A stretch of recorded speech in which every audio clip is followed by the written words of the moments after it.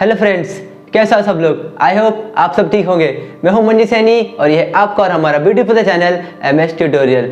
Friends, आज इस video में हम एक न्यू सब्जेक्ट स्टार्ट करने वाले हैं जिसका नाम है बायोस्टैटिस्टिक एंड रिसर्च मेथोडोलॉजी। दोस्तों, जो सब्जेक्ट है ये बी फार्मेसी के फाइनल ईयर के 8वें सेमेस्टर में पढ़ने को मिलेगा और ये जो सब्जेक्ट है ये बहुत ही इजी और इंटरेस्टिंग सब्जेक्ट है। दोस्तों, ये सब्जेक्ट को मैं आपको इस तरह सिखाऊंगा कि आपको ये जो सब्जेक्ट है पूरे बी फार्मेसी में सबसे आसान और सबसे इंटरेस्टिंग सब्जेक्ट लगेगा।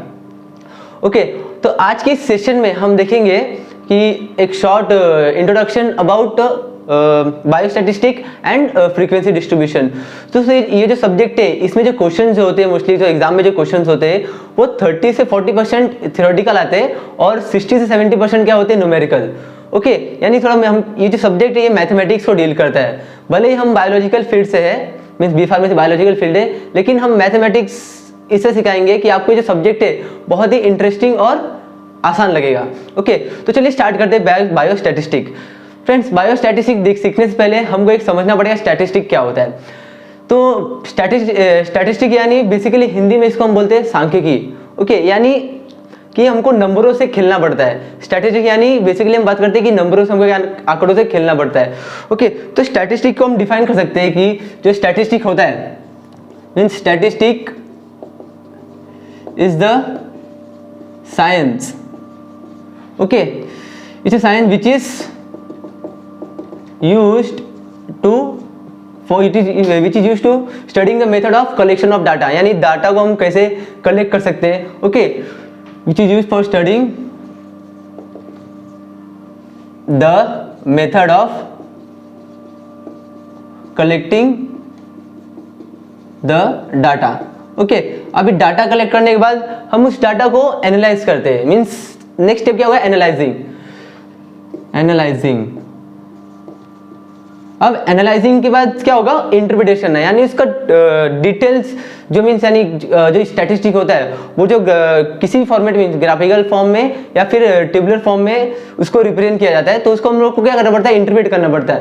यानी बेसिकली क्या करते हैं, हम कंपेयर करते हैं, interpreting and presenting the data. Okay, ये हमारा हो गया एक सिंपल डेफिनेशन स्टैटिस्टिक का। और इसको हम बहुत जगह भी इस्तेमाल किया जाता है। जैसे कि अगर बात करें स्टैटिस्टिकल टूल जो होते हैं वो इंडस्ट्रीज में भी इस्तेमाल करते हैं, इंडस्ट्री के ग्रोथ के लिए, डेवलपमेंट के लिए या फिर कुछ प्रोडक्शन के लिए। ओके, तो ये सबका जो डिटेल्स जो होते हैं, डाटा वगैरह होते हैं, वो मेंटेन किया जाता है, रिकॉर्ड में मेंटेन किया जाता है। तो स्टैटिस्टिकल डाटा हम बता सकते हैं स्टैटिस्टिकल डाटा या फिर स्टैटिस्टिकल टूल और tool is used in industries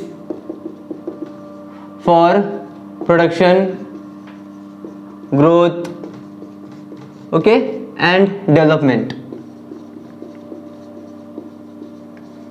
तो ये बेसिकली स्टैटिस्टिक का मीनिंग था कि स्टैटिस्टिक क्या होता है, एक टाइप का फैक्ट है। क्या है, फैक्ट, यानी कि जो स्टैटिस्टिक है ये हमको एक ग्राफिकल फॉर्मेट या फिर टेबुलर फॉर्म में हमको नंबर को अरेंज करना पड़ता है और फिर हम उस ग्राफ या फिर टेबुलर फॉर्म को हम उसको एनालाइज करते हैं और उसमें उसको देखकर हम क्या करते हैं, एक कंक्लूजन निकालते हैं। ओके, यानी कुछ डाटा दिया रहेगा उसको हम कंक्लूड करते हैं, तो उसको हम बोलते हैं स्टैटिस्टिक।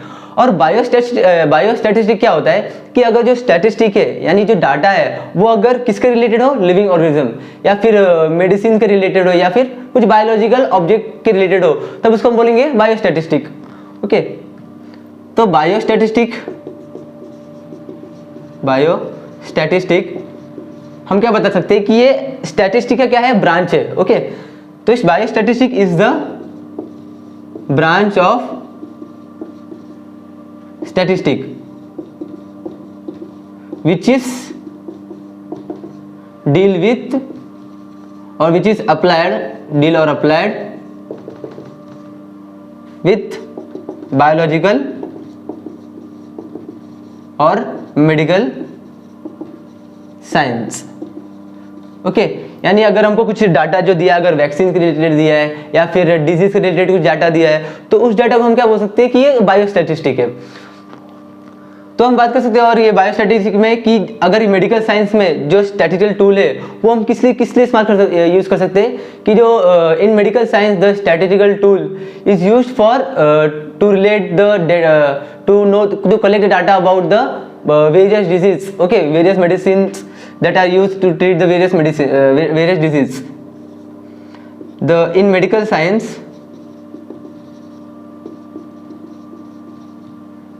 the statistical tools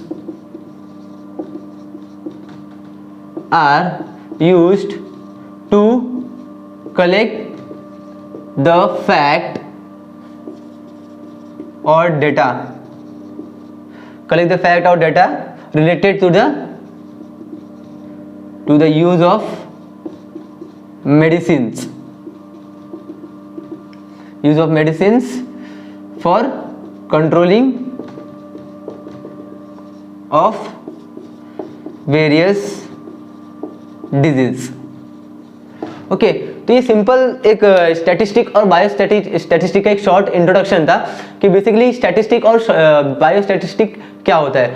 अब फ्रेंड्स अब हम देखेंगे कि जो फ्रीक्वेंसी मींस जो अगर डाटा दिया है ओके वो हम अगर कुछ नंबर के फॉर्म में दिया या कुछ फ्रीक्वेंसी यानी जो ऑब्जर्वेशन रहेंगे या कुछ डेटा वगैरह दिया हो तो हमको उसको फ्रीक्वेंसी में यानी फ्रीक्वेंसी डिस्ट्रीब्यूशन में अरेंज करना पड़ता है। ओके तो वो एक देख लेते हैं एक बार। फ्रीक्वेंसी डिस्ट्रीब्यूशन यानी कि एक टाइप का ये क्या है, एक रिप्रेजेंटेशन है। क्या है? Representation either in the form of graphical और टेबुलर फॉर्मेट। ओके जो कि हमें बताएगा कि जो नंबर है ओके उसको हम किस तरह से डिस्प्ले कर सकते हैं, यानी कि well organise data means well organise tabular form या फिर ग्राफिकल फॉर्मेट कैसे बना सकते हैं, वो होता है फ्रीक्वेंसी डिस्ट्रीब्यूशन। ओके तो फ्रीक्वेंसी डिस्ट्रीब्यूशन को हम डिफाइन कर सकते हैं कि फ्रीक्वेंसी डिस्ट्रीब्यूशन। ओके तो फ्रीक्वेंसी डिस्ट्रीब्यूशन क्या है कि इट इज अ रिप्रेजेंटेशन। इसको हमको क्या करना पड़ता है? रिप्रेजेंट करना पड़ता है किसके फॉर्म में?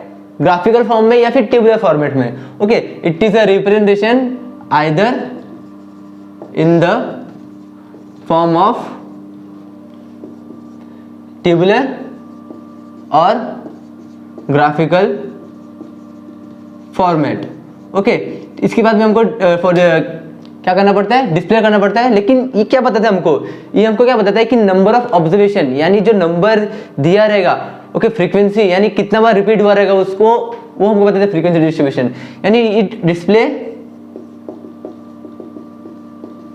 The number of observation.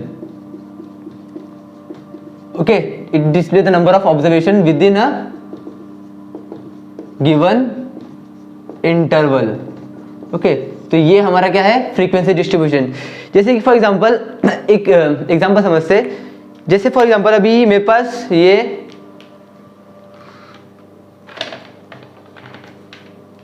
Four marker है। ओके अब ये फोर मार्कर में मेरे पास कितने दो ब्लू मार्कर है और फिर वन रेड मार्कर है और वन ब्लैक मार्कर है। ओके तो ये हमको क्या डाटा दिया। अब इस डाटा को हमको एक वेल टेबुलर फॉर्म में अरेंज करना है। तो हम कैसे बना सकते हैं इसको कि समझो एक सीरियल नंबर दिया।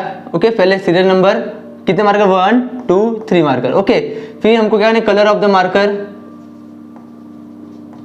और फिर नंबर ऑफ मार्कर। ओके अभी अपने पास कौन से कलर के मार्कर थे? एक तो ब्लू था, एक ब्लैक और third one is red. Okay तो अभी हमने क्या किया कि डाटा तो कलेक्ट कर लिया, ठीक है। अभी हम इसको क्या करेंगे मीन्स ब्लू मार्कर थे यानी ब्लू मार्कर कितने थे? मेरे पास दो थे।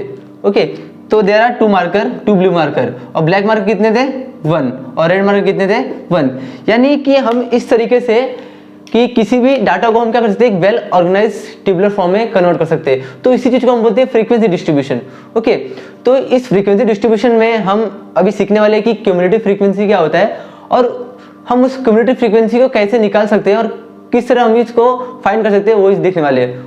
तो चलो एक बार हम फ्रीक्वेंसी डिस्ट्रीब्यूशन का एक सम्स देखते हैं। ओके इस सम से पूछा गया है कि कैसे हम अनग्रुप फ्रीक्वेंसी बना सकते हैं। ओके एक distribution table, ungroup distribution table, और हम कैसे क्यूमुलेटिव फ्रीक्वेंसी फाइंड करते हैं वो ही देखने वाले हैं। तो एक क्वेश्चन क्या दिया है कि following data gives number of peoples cause corona infection in a particular ward of cooperation. Okay, means number of peoples दिया है जिन्होंने कोरोना इन्फेक्शन कॉज किया है। ओके, तो हमको क्या बोले बनाने के लिए, prepare ungroup frequency distribution. Okay, और फिर हमें क्यूमुलेटिव फ्रीक्वेंसी फाइंड करना है। ओके, बहुत ही आसान है और ये एग्जाम में पूछे जाते हैं। तो हमें क्या कैसे बनाना है एक टेबुलर फॉर्म, कि हमें 4 कॉलम बनाना है। ओके, तो फर्स्ट कॉलम क्या रहेगा कि नंबर ऑफ पीपल्स। ओके, यानी जो हम जो क्लास बोलते हैं, नंबर ऑफ पीपल। तो first is number of people. Okay, ये हमारा फर्स्ट कॉलम रहेगा। सेकंड कॉलम मींस जो हम बता रहे हैं ungroup frequency table, ungroup frequency distribution, इसमें टोटल 4 कॉलम्स बनाते हैं। ओके, तो फर्स्ट क्या रहेगा कि number of peoples, second column क्या रहेगा टेली मार्किंग। ओके, और थर्ड कॉलम रहेगा जो कि फ्रीक्वेंसी, और फोर्थ कॉलम क्या फाइंड करेंगे, क्यूमुलेटिव फ्रीक्वेंसी। तो थर्ड कॉलम क्या है हमारा, टेली मार्किंग, या फिर हम इसको फ्रीक्वेंसी भी ले सकते हैं या फिर टेली मार्किंग यहाँ पे भी कर सकते हो, कोई प्रॉब्लम नहीं होगा। Okay, tally marking.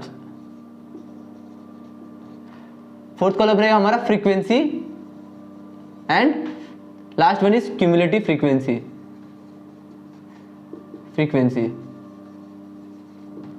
ओके, तो फिर हम कैसे फाइंड करेंगे, देखो फ्रेंड, अभी जो डेटा दिया है ये नंबर ऑफ पीपल्स है। क्या है, नंबर ऑफ पीपल्स। अभी नंबर ऑफ पीपल्स कौन से, तो अपने 0 है, 1 भी है, 2 3 4 5 6 7 8 9, मीन 0 से 9 तक नंबर ऑफ पीपल्स है।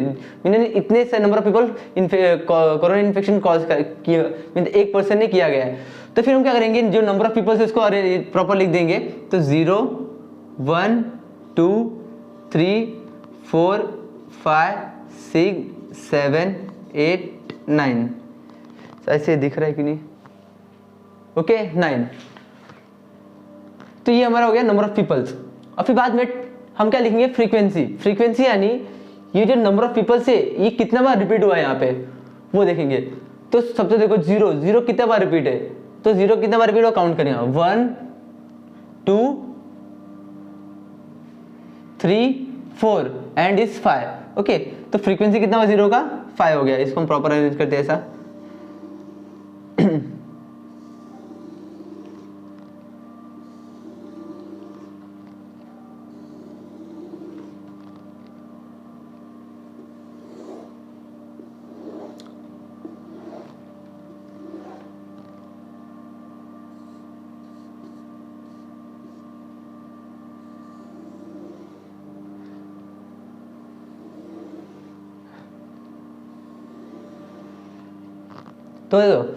तो नंबर ऑफ पीपल 0 है, 0 कितना बार रिपीट हुआ, 5। ओके, यहाँ 5 लिख देंगे हम। और टेली मार्किंग क्या करेंगे इसका, टेली मार्किंग यानी बहुत इजी है। 5 को कितना बार, मीन्स 5, तो मीन्स 5 लाइन कितने का, 1 2 3 4, और 5 के लिए हमको एक सेट बनाना पड़ता है, मीन्स क्रॉस कर देते हैं। तो ये हमारा 5 का सेट हो गया। ओके, तो ये टेली मार्किंग ऐसे किया जाता है। तो फ्रीक्वेंसी 5 हो गया। फिर सेम हम सबका करेंगे। 1 कितना बार रिपीट है, 1 इज 1 2 3 4। ओके, 4 टाइम्स 1 दिया है, तो हम यहाँ पे 4 बनाएंगे, 1 2 3 4, और यहाँ 4 लिख देंगे। ओके, 2 कितना बार रिपीट हुआ है, 1 2 3 टाइम्स। ओके, तो 1 2 3 टाइम्स, मीन्स यहाँ आ गया 3। ओके, 3 कितना बार रिपीट हुआ है, 3 इज 1 2 3 एंड 4।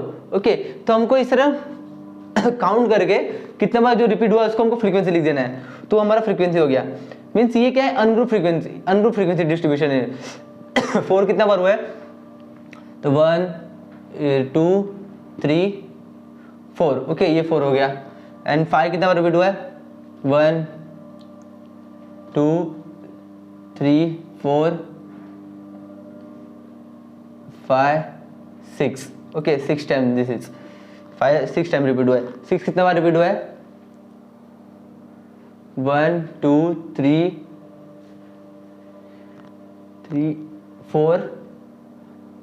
4 टाइम्स। ओके, ये 4 टाइम्स हो गया। 7 कितने बार रिपीट हुआ है, 7 is 1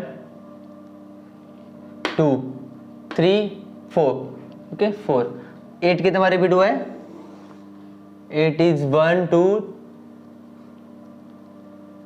3 4 5। Okay, 5 times. And 9 is 1 2 3 4 5 6, okay 6 time 9 हुआ है। ओके तो हम फटाफट टेली मार्किंग कर देते हैं यहाँ पे। ये 3 1 2 3 4, ये भी हो गया 1 2 3 4, 6 का क्या होगा 1 2 3 4, 5 का सेट करने का, फिर बचा 1, ठीक है उसको लिख देने का। फिर ये 1 2 3 4 एंड फिर 1 2 3 4 and this is 1 2 3 4 5 and 1 2 3 4 5 and 1 6। Okay तो इसको बोलते हैं टेली मार्किंग, बहुत ईजी है।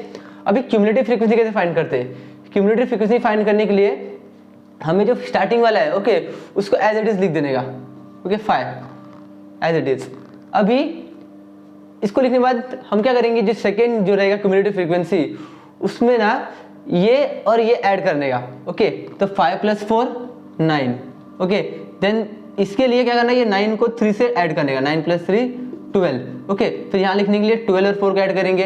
12 + 4 कितना 16, 16 + 4 20, 26 20 30, फिर ये 34 हो गया, 34 39 हो गया और 39 45 हो गया।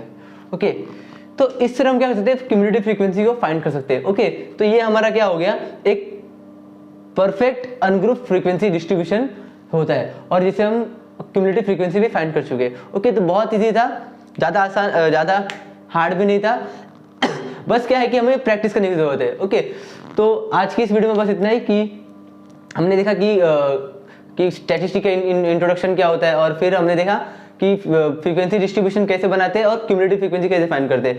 तो नेक्स्ट लेक्चर में हम देखेंगे कि मीन, ओके हम मीन कैसे फाइंड कर सकते हैं। किसी भी डाटा दिया रहेगा, कुछ भी इंफॉर्मेशन दिया रहेगा या कुछ फैक्ट दिया रहेंगे तो हम उसको मीन कैसे फाइंड कर सकते हैं और मीन के फाइंड करने के 2 मेथड्स है, वो भी हम नेक्स्ट वीडियो में देख लेंगे। तो अच्छे से पढ़ाई करते रहिए। All the very best.